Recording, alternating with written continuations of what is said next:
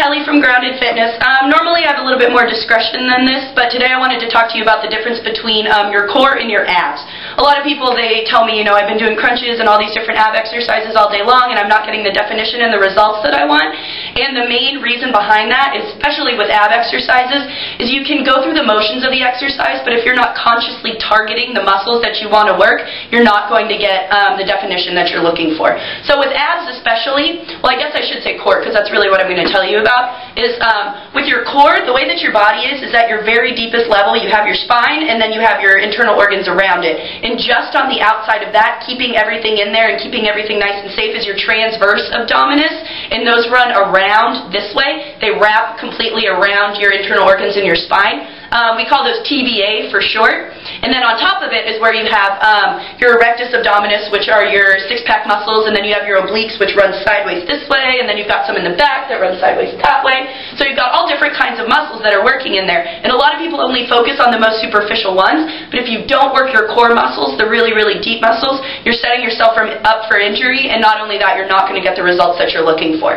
So how you engage your core, which you should be engaging in absolutely everything that you do, not even not only ab exercises, but pressing anything arm, anything up overhead. You want to keep your core nice and tight because that's what's going to protect your back, it's going to protect your spine, and it's going to keep you from injury.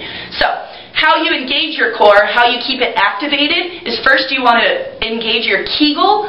And that Kegel is, I'm not going to be able to show you because it's so deep inside, but that's the muscle that you contract when you want to stop peeing.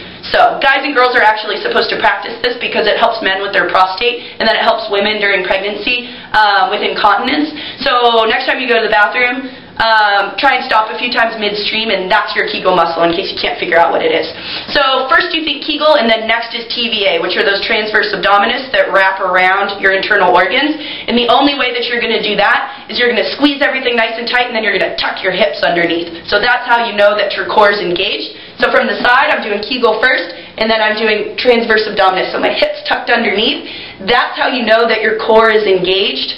You should never, ever, ever have an arch in your back. That's how you know that your core is not engaged. So everything's tucked underneath. And so you can see how if I'm doing an overhead press or something like that, how that's keeping my back nice and safe, as opposed to this, if I were to do that, then I could actually really hurt my back.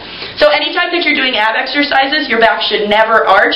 If you feel that your lower back is pulling away from the ground, you know that your abs aren't engaged anymore and you need to stop because there's no point in doing it.